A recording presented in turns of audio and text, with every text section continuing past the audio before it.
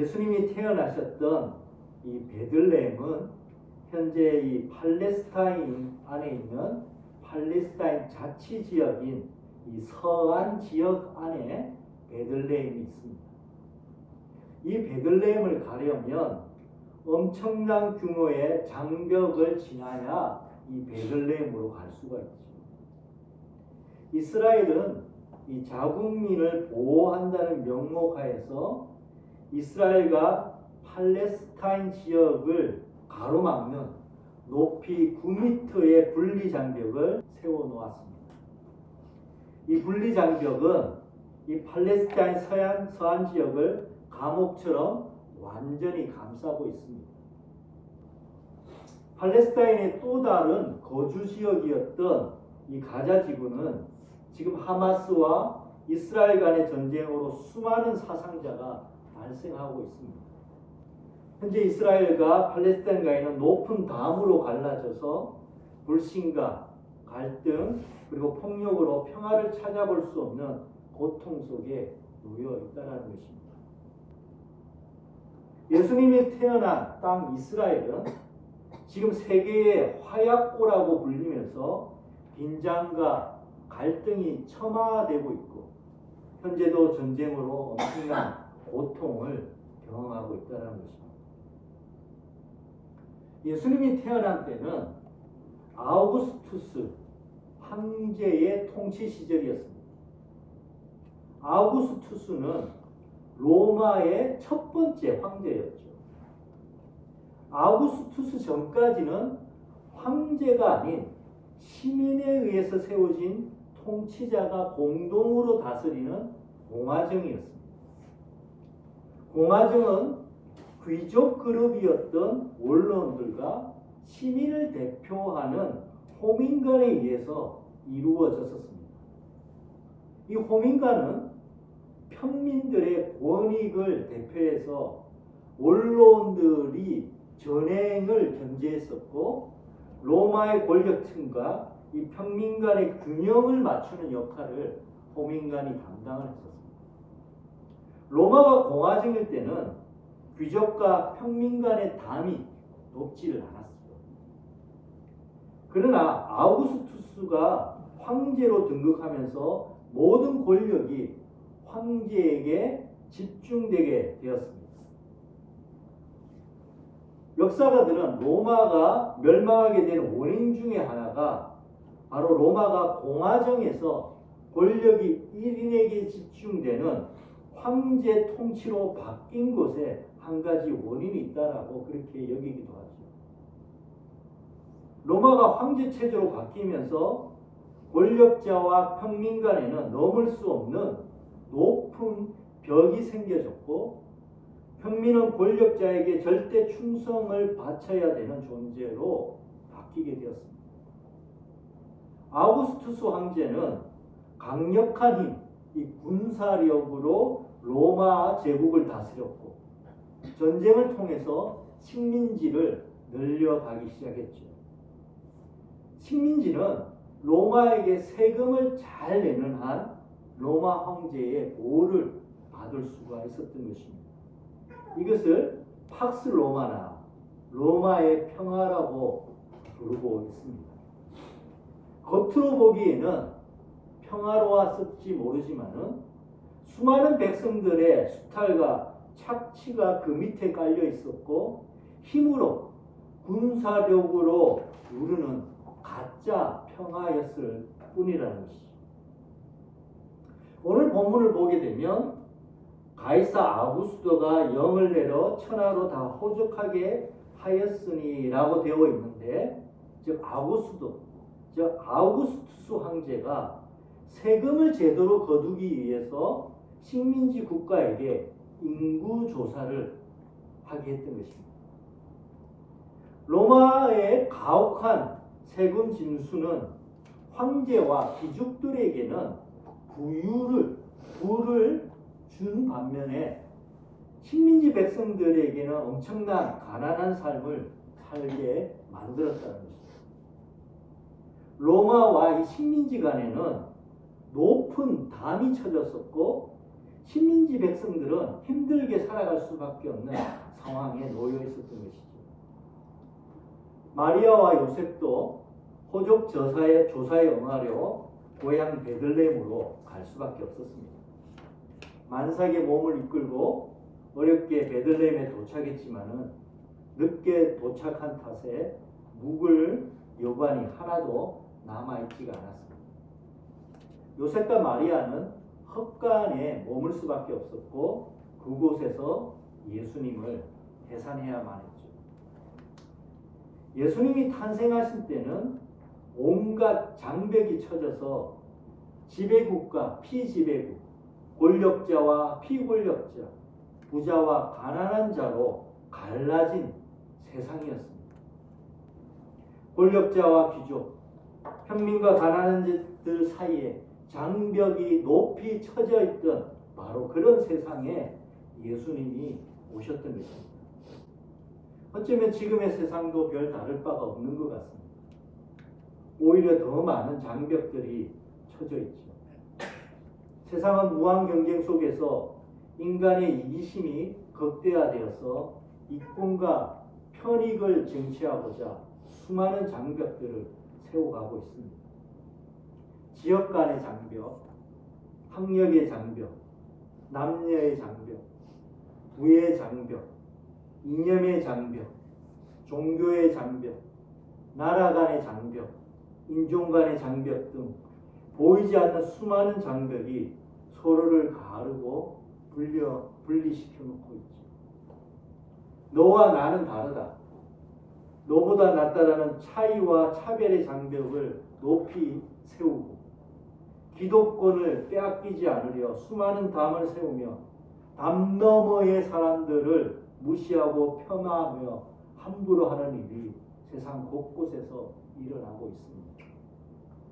인간 사회의 모든 장벽은 내 것, 내 자리를 지키려는 이기성, 즉 내 것을 지키기 위해서 남을 배제시키고 내 자리를 향유하기 위해서 남을 밀쳐내는 자기 강화와 확장의 욕망에서 비롯되고 있다는 것입니다. 사회 계층 간의 담이 높아질수록 갈등과 분쟁은 강화될 수밖에 없지요. 기득권을 지키기 위해서 담을 높이고 누구도 넘어오지 못하도록 하는 현상이 점점 더 심해지고 있습니다. 예수님은 인간 사이에 높이 처진 계층의 장벽 한가운데로 오셨고 담을 사이에 두고 갈등하고 있는 세상 가운데로 오셨던 것입니다. 근데 예수님은 힘없는 어린아이로 가난하고 힘없는 목수의 아들로 오셨다는 것입니다. 이것은 엄청난 모순이고 역설인 것이죠. 하나님의 아들이시다면, 영광스러운 하나님의 아들이시다면 다음 어느 쪽에 있어야 하는지는 너무나도 분명합니다. 힘과 부, 영광과 권력이 집중된 쪽에 오셔야만 하는데 예수님은 오히려 가난과 혐오와 배제를 당하는 쪽에 오셨다는 것입니다. 마국간 한 구석으로 말이죠. 아니 이 모순을 어떻게 이해해야만 합니까? 왜 예수님은 힘없고 가난한 집안의 갓난 아이로 오신 것일까요? 예수님의 탄생은 위대한 인물의 탄생을 의미하지 않습니다. 만약 그랬다면 온갖 화려한 신화와 이야기와 미사 여구를 동원해서 아주 멋진 이야기를 만들어냈을 것입니다. 가난하고 힘든 집안에 태어났지만은 자수성가한 대단한 인물이 되었다라는 그러한 스토리도 예수님의 탄생 이야기는 아니라는 것이죠.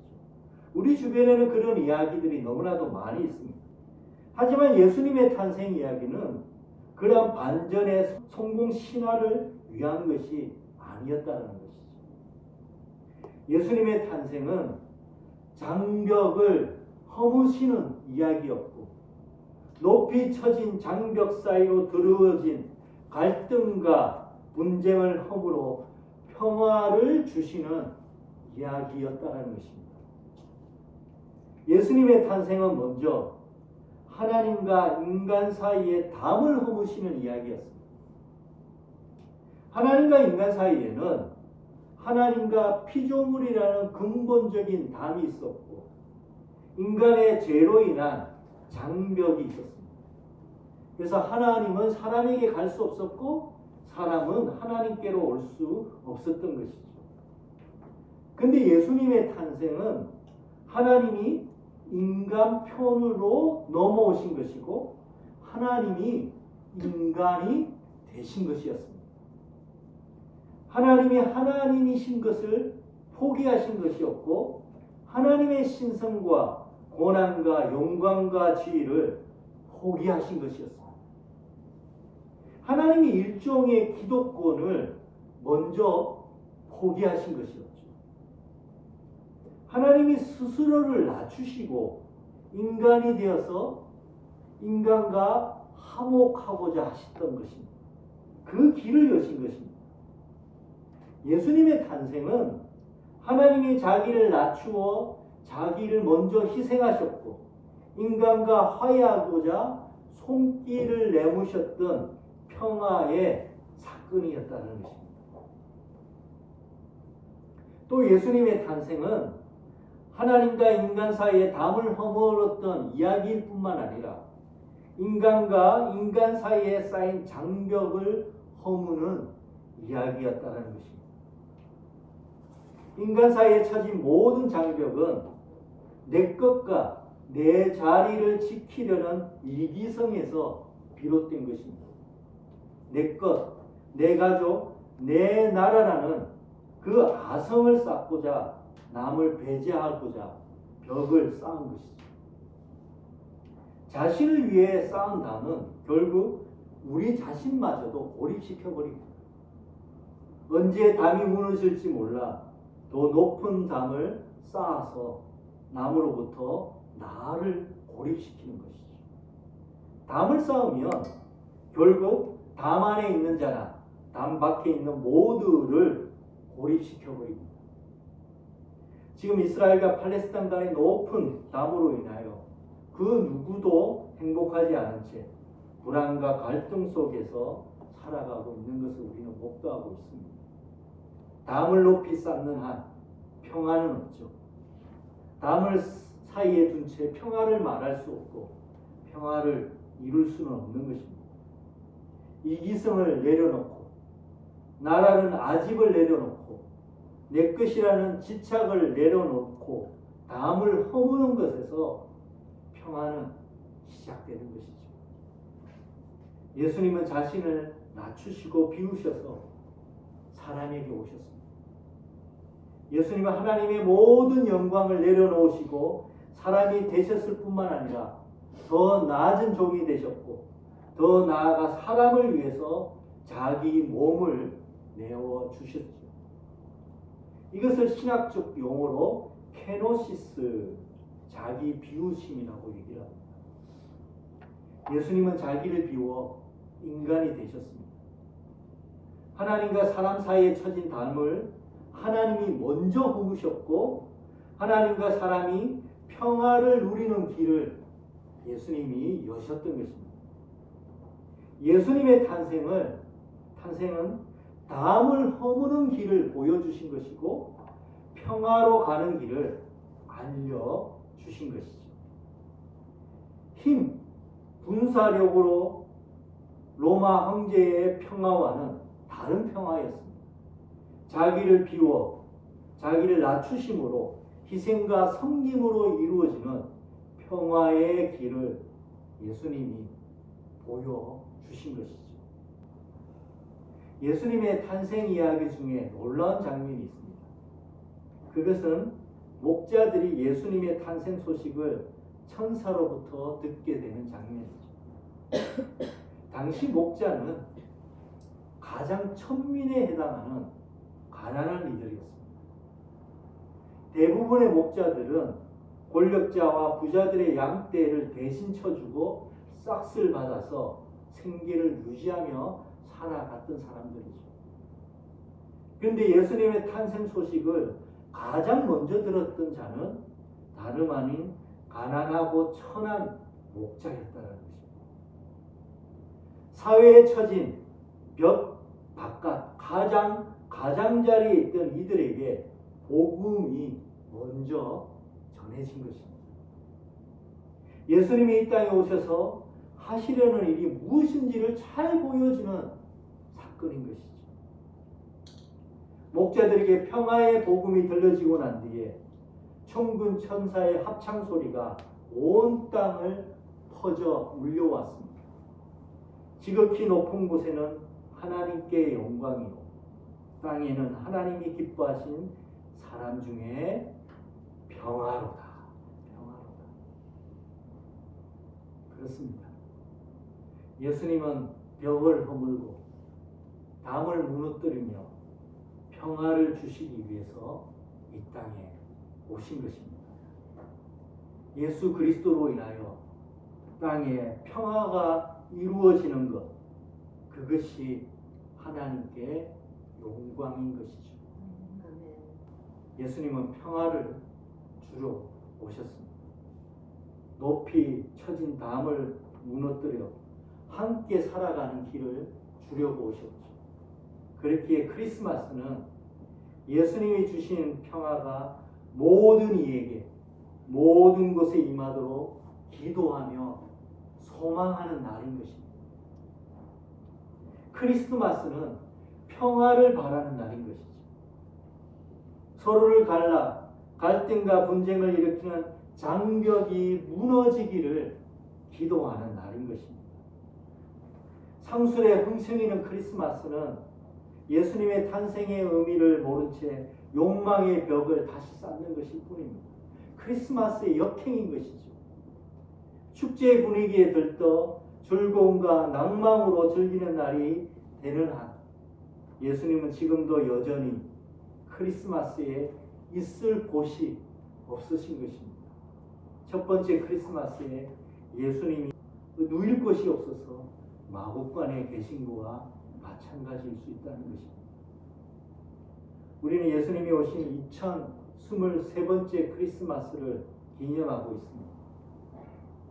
오늘날 예수님이 첫 번째 크리스마스처럼 오신다면 어디로 오실지 한번 생각해 보게 됩니다.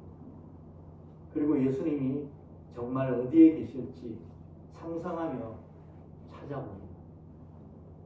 화려한 조명 가득한 도시의 거리에 계실지, 흥겨운 노래소리 가득한 파티장에 계실지, 갖은 사내 진미가 가득한 식당에 계실지, 멋지게 포장된 선물이 가득한 백화점에 계실지, 성탄 분위기로 가득한 교회에 계실지,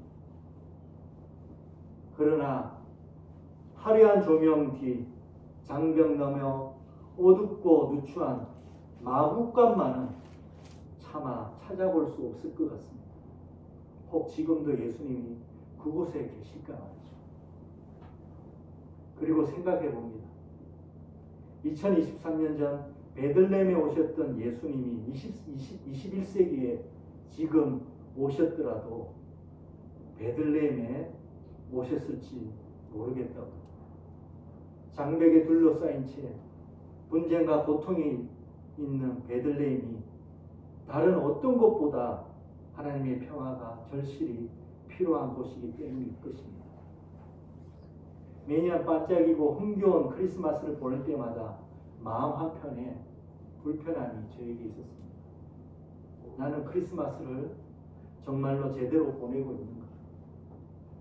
예수님이 자신을 낮추시고 또 낮추시며 인간이 되셨어야만 했던 이유를 진정으로 깨닫고 있는가? 예수님이 이 세상에 오신 이유가 세상의 수많은 장벽 한쪽에서 아파하고 고통받는 이들 때문이라면 나는 크리스마스를 어떻게 보내야 하는가? 믿음의 성도 여러분, 오늘 크리스마스를 맞으며 주님이 자신을 낮추어 인간이 되신 크리스마스의 의미를 우리가 진정으로 깨달을 수 있기를 주님의 이름으로 기도합니다. 아멘.